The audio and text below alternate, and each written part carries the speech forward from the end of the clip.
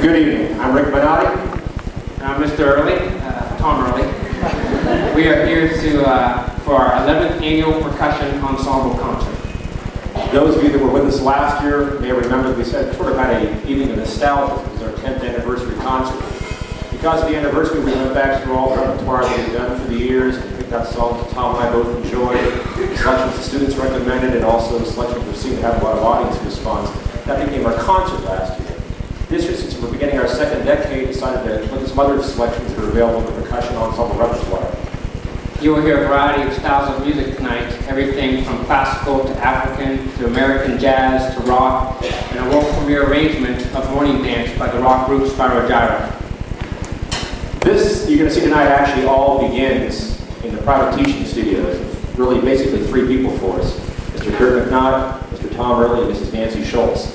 They're the ones that do all the hard work, teaching them how to hold the sticks, how to read the music, how to make the interpretations of the music. I get the fun of it, standing up here and waving my arms. I get the benefit of all of that. They're the ones that actually do all the work, and it's very important to us.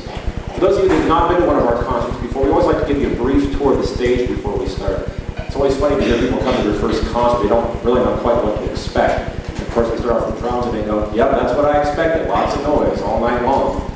We will have drums, and of course, as we're on the stage, you see various kinds of drums. A lot on this corner, the tom-toms, and little bass drum, bongos, and that back congas. Drums that don't have any pitch in particular. We do have some drums right in the middle, the timpani, and also some rototoms on this side, which we can actually tune to specific pitches. A lot of accessories all around the place, maracas, tambourines, all those kind of things. But the ones right in front are the ones we're actually most interested in, which actually makes tonight's concert possible, the keyboard instruments, the marimbas, xylophones, vibes, bells, and chimes. With those, we can actually play music, melody, harmonies like everybody else can, which is the whole point of being here tonight. We thought we'd start off tonight's concert with showing you sort of how we get to the point where we're going to start with the high school ensemble. For the second year in a row, we're very pleased to have the Melbourne Junior High School Percussion Ensemble. They're made up of both 7th and 8th graders. This is their first chance to have an ensemble experience. We were lucky to have Mr. Matt McKenna, one of our seniors, volunteer to take over this project. Now that Mr. Early or myself could be here during the day, it's impossible to get them after school very much. So Mr. Matt McKenna, who will be majoring in music at Westchester next year in music education. We tried to persuade him otherwise, but he just wouldn't listen.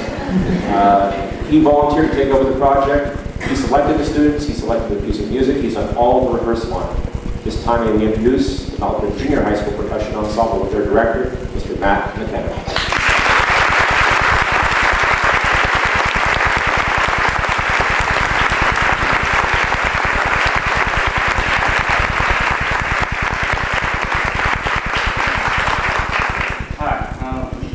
The piece that we'll be playing tonight is called Conversations, and it's just that there's a group of 10, and it's actually a group of two smaller ensembles put together in one.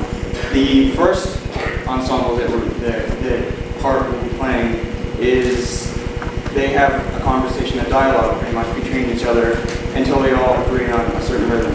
Then the second ensemble does the same thing, and when it gets towards the middle of the piece, they all begin playing at once or speaking at once, and it finally erupts into what is basically an argument instead of a conversation.